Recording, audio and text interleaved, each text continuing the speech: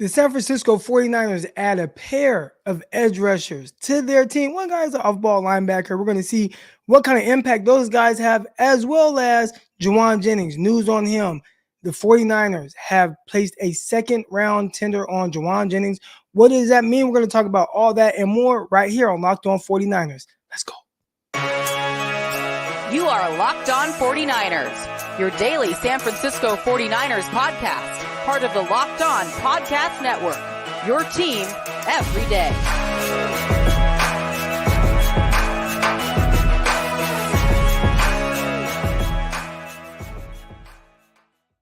Welcome to another episode of the Locked On 49ers podcast. Of course, I'm your host, former NFL and AFL defensive back, Arik Crocker, at Crocky209 on Twitter. Not this Eric_Crocker. Want to thank you, everybody, for listening to today's podcast, and also let you know that today's episode is brought to you by FanDuel. All right, FanDuel. Of course, we all know FanDuel is today's brought to you by FanDuel. Make every moment right. Right now, new customers get $150 in bonus bets with any winning $5 bet on FanDuel. That's $150, man. FanDuel/Locked On. Go there right now to get started. I'm already stumbling. It's been a while since I've had to host a Locked On episode, filling in place of my guy, Brian Peacock. He's got some things going on right now, but he'll be joining us again probably on tomorrow's episode. But, man, we got some big news in 49er land. The 49ers have landed a couple of edge rushers, and we're going to get to the first guy, all right? Leonard Floyd. The 49ers have signed Leonard Floyd, 9-year veteran, to a 2-year contract worth up to $24 million. We'll see if he ends up earning all of that. Hopefully for the 49ers, he does, because that means he played well. He's coming off of a season where he had 10.5 sacks in Buffalo. Different ways he got it, not just pure wins. Some of them are a little bit more on the effort side of things, but he's doing a tremendous job there. And the 49ers look to get a little bit more stability at the edge rushing position. They've done a lot, y'all. They have done a lot by trying to throw resources at the edge rushing position. You saw what they did going to get Randy Gregory. Didn't quite work out, all right? Then they said, okay, we're going to go and get Chase Young. For sure it's going to work out with him. If there's anywhere he can get his career back on track, it's with the 49ers. Didn't quite work out. But they said, all right, let's stop playing with guys, and we're going to be active on day one of free agency and get a guy like Leonard Floyd, all right? So who is Leonard Floyd? 9-year veteran. And he is more of a pass rush specialist, coming out of Georgia. And I remember him coming out, being drafted by the Chicago Bears. This is a guy that was a bit longer, leaner guy. All right. Is he going to be a guy that is a terrific edge setter for the San Francisco 49ers? I'm not sure if he's that guy. And I'm not sure if they're counting on him to be that guy. And that might be where Gross-Matos fills in a little bit. All right. But we'll get to his role in a little bit. But Leonard Floyd, clearly a guy that can win right now. And the 49ers are just looking for that guy that can consistently do it opposite Nick Bosa. Now, look at a guy like Drake Jackson. And I think we were all hoping that Drake Jackson gave you a little bit more than what we've seen from him so far. He's been dealing with injuries up and down. We saw him get benched at the end of his rookie year to where he was inactive for a period of time. Not ideal for him. And as you see with some of the moves that the 49ers are making, they are trying to continue to move off of him as well, make it to where he's not a pivotal part of this defensive line. But he does bring some depth. All right, there's Drake Jackson, but I'm not sure they are counting on him to be a pivotal part of the D-line. But they are counting on Leonard Floyd to be that guy. And you look at kind of some of the things that he brings. Again, long, linear, guy that can win right now. But I think the things that stands out to me most when you look at a lot of what he's done is just really the motor. All right. And then when you think of 10.5 sacks, you're thinking of a guy that's like winning like Von Miller. And this is a guy that played opposite Von Miller and had a good year for the Los Angeles Rams. But think of winning like Von Miller, coming around that edge, dipping, getting to the quarterback right now. I don't know if that's necessarily Leonard Floyd's game, but when you think of that motor, right, late and down, the guy's going to chase the quarterback down. That's definitely where Leonard Floyd, I feel like, excels the most. So this is a big pickup for the San Francisco 49ers, and I'm curious to see how exactly he looks playing opposite Nick Bosa. I think when you add him and then you kind of look at the defensive line, I still think there's some work to do, especially in the interior. Now, the Arik Armstead stuff, it has not been solidified yet in the sense of him leaving away from the 49ers. I think he's a guy that they are really planning on moving on, but it has not become official yet. So even without him, what's going to happen to Jauan Kinlaw? Are they going to try to bring Kinlaw back? I would say right now, when you look at the depth chart, they should make that some kind of a priority. All right. You got Hargraves, you got Bosa, you got Leonard Floyd now, and then hopefully, as Farrell says here, can Matos play be moved inside? I don't think he is an inside guy. Like, I don't think you're going to confuse Gross-Matos as a 3-tech or anything like that. And 49ers, we've seen them have a lot of guys that have a different kind of versatility, right? Even guys like Cleveland Farrell be able to play outside. He also can slide inside as well. Amenahu, he was really good at that, right? He can play outside, but he can slide inside as well. Is that Gross-Matos? Not sure. But again, I don't think they need him to quite be that guy. I think they need him to be a more stout on the edge, early downs. He's not a huge sack guy. All right, we'll get into Gross-Matos a little bit later. But right now, it's all about Floyd, and this was a big signing that the 49ers wanted to make. And I think we have to give a lot of, I don't want to say praise, but props to Michael Silver. All right, Mike Silver had talked about what the 49ers plans were. And he's like, I think they're going to be really aggressive finding the edge rusher opposite Nick Bosa. They did that day one. I think they're going to let go Arik Armstead to kind of make some room for certain guys. They did that right before day one. So he's kind of been spot on. And if you continue to look for some of his what he said on his thread, it sounds like the 49ers might be in the market for a cornerback up next. So we're going to continue to keep an eye on that. We got some folks in the chat. Shout out to all the everydayers right now. And Andrea says, yo, Croc, where did you get that hat? Where did I get that hat? I don't know. Somewhere in the mall. All right. Come fire out. Probably Lids. I think I got it from Lids. All right. But this show isn't sponsored by Lids, so I probably won't mention them again. All right. We didn't really active in the beginning of free agency. All right. So Lima says, Lima 685. We didn't really get active in the beginning of free agency. I said the 49ers are fairly active. You go in right away, you get two guys, and we're talking about free agency and the 49ers signing guys. It really doesn't even officially start until tomorrow. So I'd say they're very active for something that doesn't officially start until the next day, but they definitely have. All right. Mr. Candles, he says, why not keep him? I'm assuming you are talking about Arik Armstead, and it just comes down to money. Now, a lot of the money for Arik Armstead, because he is that designated June 1st cut or July 1st, whenever that month is. A lot of the money that they're going to save from letting Armstead go does not kick in right now. So it's not like, oh, okay, we're going to save $22 million from letting Armstead go, and right now you get to use that to sign someone else. No, you actually don't get his money until post June 1st. So even right now, it doesn't really do a whole lot to release Armstead at this point, and it really sounds like a move for the future. And when I say the future, you think of guys like Brock Purdy, who's going to command probably a lot of money, right? You think of Brock Purdy and what his contract may look like. I don't know if you guys saw what Kirk Cousins just got on the market. A lot of money. I want to say $45 million per year that Kirk Cousins just got. I would expect Brock Purdy to get more than that. And if Brock Purdy's getting more than 45, I mean, we're talking about around $50 million per year that Purdy will get. So wouldn't be surprised at all if he gets that. Mr. Kansas said, I still don't understand the Arik Armstead cut. If the $28 million counts as dead cap money either way, why not keep him? Well, I don't think it counts as dead cap money either way. And we'll get like Brad Spielberg or someone to come on here, a capologist, to talk more in detail about the cap. But I don't think it's dead cap money either way. I think if they were to just flat out cut him right now, they take a big hit on the cap.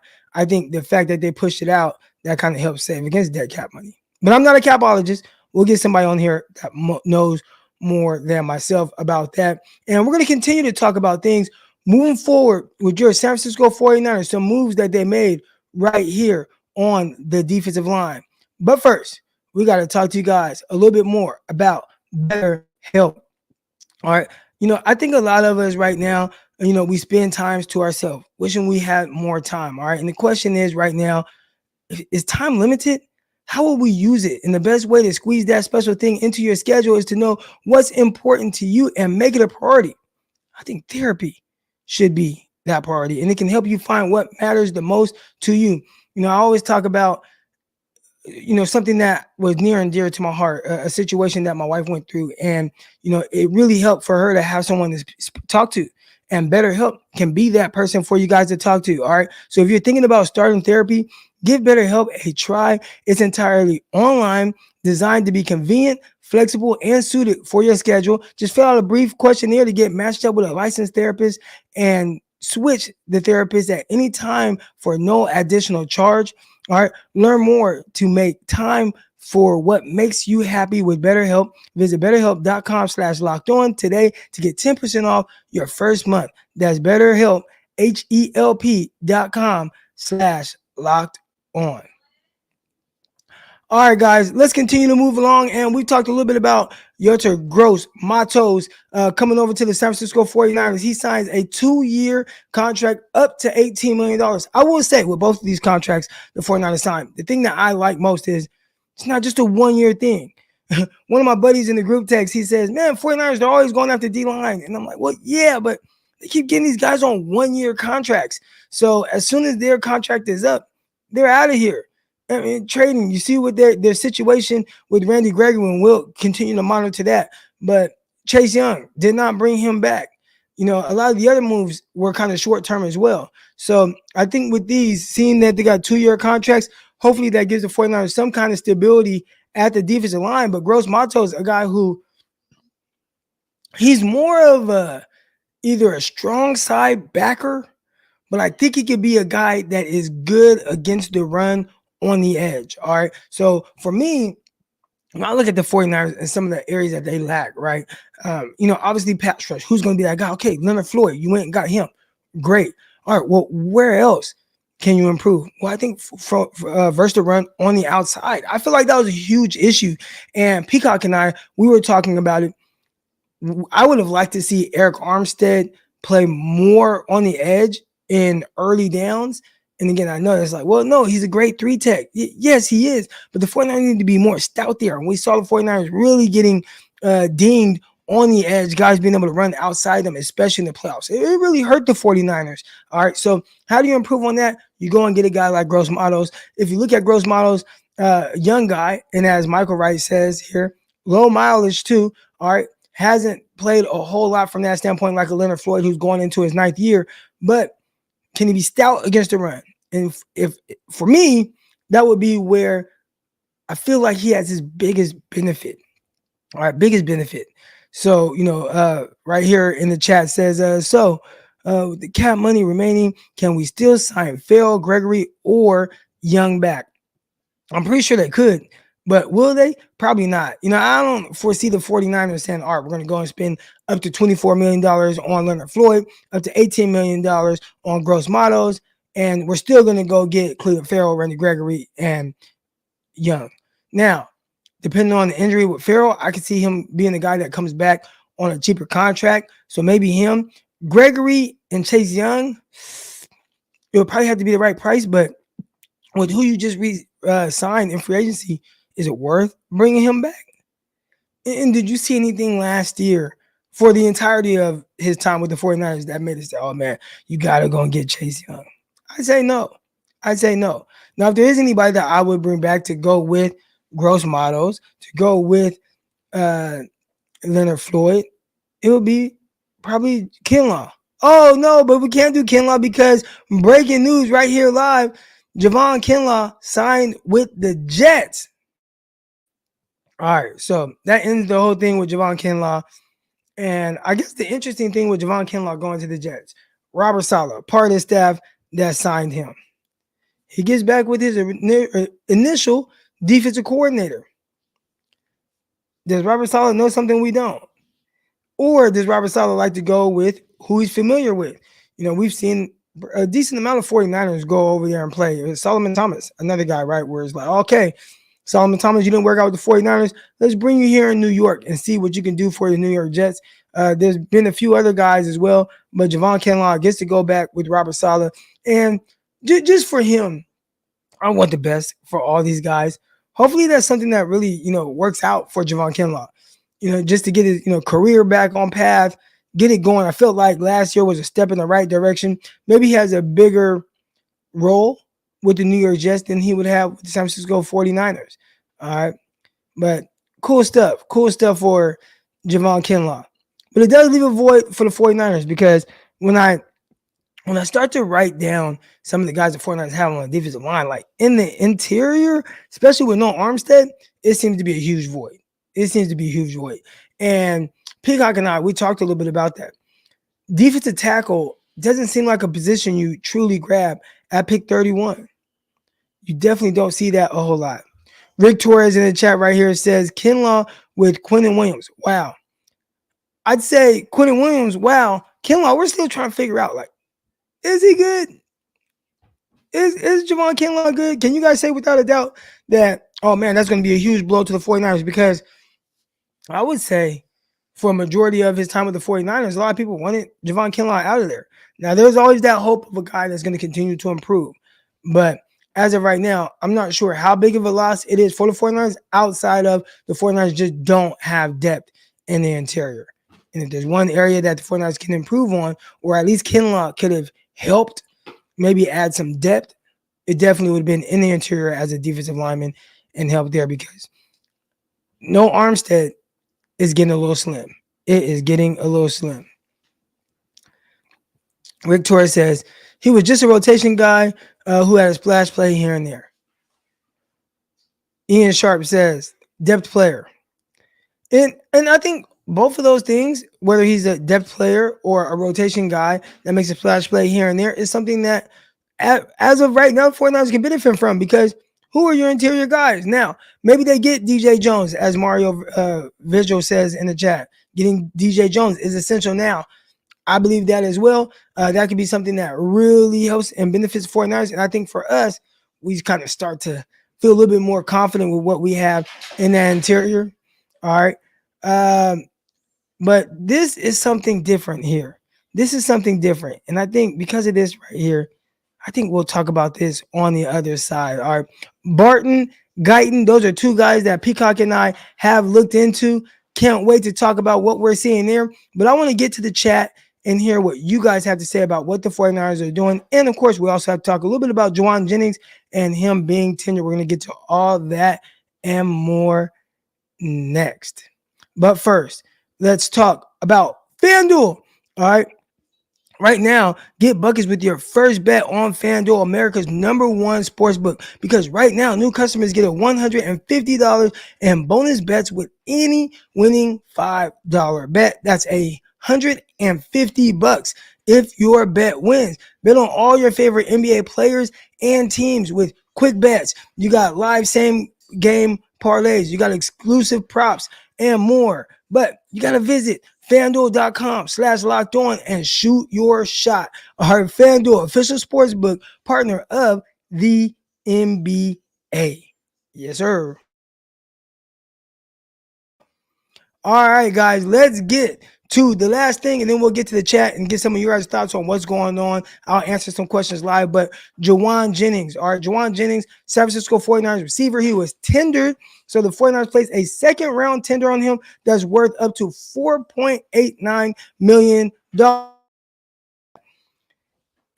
they got a second-round tender on him, which means if a team wants him, let's say we want Jauan Jennings to play for our team right now, they got to give up a second-round pick. And I think it's smart for the 49ers. I think they looked at a number like, all right, what would we be willing to pay Jauan Jennings? Okay, roughly $5 million. Well, all right, let's place a second-round tender on them. I doubt somebody's going to come and give up a second-round pick for Jauan Jennings. I will say this. I think the fans, with their love for Jennings, might be more than the outside, like the NFL. Kendrick Bourne just got paid a decent amount of money. I bet he's come off an ACL and still got paid. But I think most teams would give Kendrick Bourne more money than they would give Jauan Jennings. And 49er fans, when I hear the way they talk about Jauan Jennings, it's Jauan Jennings. And I'm like, he's solid. And I think that he serves a good purpose and a good role for this team as a guy who, from a run blocking standpoint, they call him third and Jauan. I think he makes some key plays here and there. JD says, he almost won the Super Bowl for us. I think Jauan Jennings is solid. But I don't know about to the extent of how 49ers talk about him. Now, maybe this next year he really takes off. But so far, all I've seen is I think he's a solid receiver. A solid receiver that I think is fairly replaceable. All right, fairly replaceable. We got Ian in the chat. He says still doesn't get used much, but what he does is good. I would say that as well. And I think, there's a lot of 49ers receivers. I talk ad nauseum about Brandon Ayuk. I feel like the lack of usage there. I would love to see a spike in his targets and his production as well. Obviously, we see the yards that he got, but he did that on like the 30th most targets in the NFL and still had the 7th most yards. A lot of it, obviously, big plays, led the NFL in yards per catch. Manly Shaver says, yeah, because I'm a big Jauan Jennings fan. So would you guys right now, if you had the opportunity, because this kind of came up a while back, would you guys take Jauan Jennings over Kendrick Bourne? And I don't want to just relive like the past with Kendrick Bourne, but originally I thought he was going to be available. Then obviously he wasn't. But would you guys take Jauan Jennings over Kendrick Bourne? That's an interesting one there. All right, we talked a little bit about Jauan Jennings. Now we can kind of get into just your guys' questions. So any questions you guys have, it may be about Barton. All right, let's talk a little bit about Barton. And I know Peacock and I will definitely go more in detail with exactly, our scouting report on him. All right, Guyton, still got to watch more Guyton, but Barton at pick 31. Peacock says that he thinks he's going to be an interior guy. He thinks he's going to be a guard. When I watch him, I wonder if people think he's going to be a guard because he wears like number 62. So he just looks like a guard, playing tackle. All right. But I was really excited with what I saw from him. He's a guy that I feel like has like this mean streak. He's nasty. I love the way he finishes blocks. I think the way he's able to move and get to the second level in space, I think he's a guy that the 49ers, like just from a movement skill standpoint for their offensive linemen, what they require, I think he does those things. Not this bulldozing guy, has a good anchor.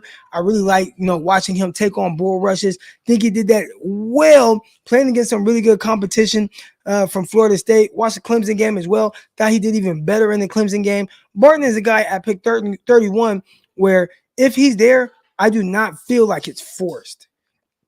I've talked a lot about 49er fans like they just want that offensive line. And the way free agency is setting up, the draft, it seems like the 49ers may be leaning that way. But Barton at 31 is a guy I would be all on board with that.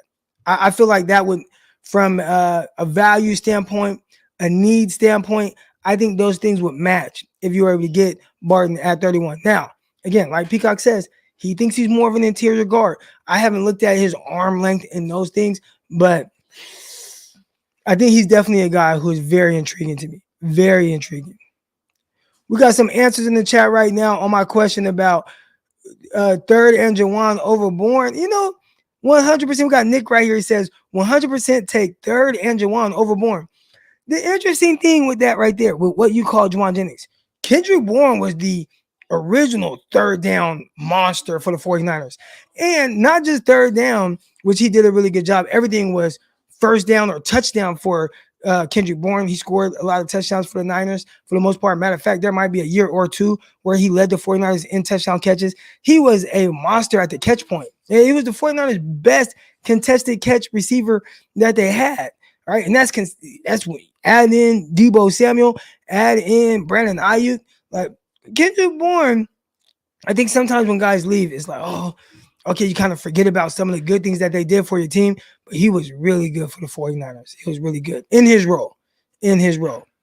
Emilio says Kendrick Bourne was balling in New England before the injury, and that was with Mac as his QB. Mac as in Mac Jones. Yeah, Mac Jones, who was just traded for a 6th-round pick, but definitely did a really good job to start the year. All right. DeAndre Barry in the chat says, facts, put some respect on Kendrick Bourne. I agree, man. I agree. All right. Here we go. Michael Wright says Kendrick Bourne can stretch the field for sure. Limo in the chat says Kendrick Bourne can stretch the field. All right, so I think a lot of people are starting to, at first I thought it might have been like, 50-50, but Emilio, I think he has it right here where he says recency bias with Jauan Jennings versus Kendrick Bourne. I think so as well. Do you guys have any other draft questions for us? Again, Peacock and I will continue to dive into prospects. We talked a little bit about Barton here at the end. A lot of people ask me what I would like. Man, if there's one player who I think I would be really excited to see the 49ers get, Kool-Aid McKinstry, cornerback out of Alabama. If you were able to solidify that outside guy, you have Diamador Lenore, a guy who obviously plays in the slide, did a really good job in the nickel, but he has outside versatility as well. And if I am Diamador Lenore, I actually want to play outside. Like, don't put me in the slot. Do not put me in the slot. And the reason why is slots don't get paid as much. So I need more snaps on the outside so I can get paid as an outside cornerback as opposed to a nickel. All right. So that would be me if I'm Lenore. But let's say if you have to, you want Lenore, you want Kool-Aid. Well, Kool-Aid, go ahead. You can sit out in base situations. Base situations, go Lenore on the outside. Nickel situations, slide him inside, then put Kool-Aid McKinstry on the outside. I think that's what will work for me. We still got some takes on Kendrick Bourne and Jauan Jennings in the chat. Michael Wright says, I like KB, but the run blocking and clutch contested catches goes to Jauan Jennings. I don't think so. Here's one thing about the 49ers when it comes to blocking. If you don't block, you won't play. They even have Richie James out there really blocking, like blocking edge guys. All right. So Kendrick Bourne, he was a good blocker, like run blocking. Kendrick Bourne was good in that. The effort down the field, he gave you all of that. And if we're talking about contested catches, I think in Kyle Shanahan's tenure, all right, throughout his entire tenure, I think Kendrick Bourne has been the best contested catch guy during that time. Maybe I'm wrong. Maybe I am thinking of a different Kendrick Bourne. But when he was on the 49ers, I think he was solid. Now, I think 49ers still kind of maximized what he was, especially in the year where it had to be him and Brandon Ayuk. But for the most part, KB did a lot. He did a lot. Lehman says, yeah, Kendrick Bourne, he blocked when he was with the 49ers. Now, this is the difference, Michael, right? Or he says Jauan Jennings will block you into the coolers. I think Jauan Jennings is definitely a more physical and aggressive blocker, but in the sense of the value of blocking, I think they were both terrific at it.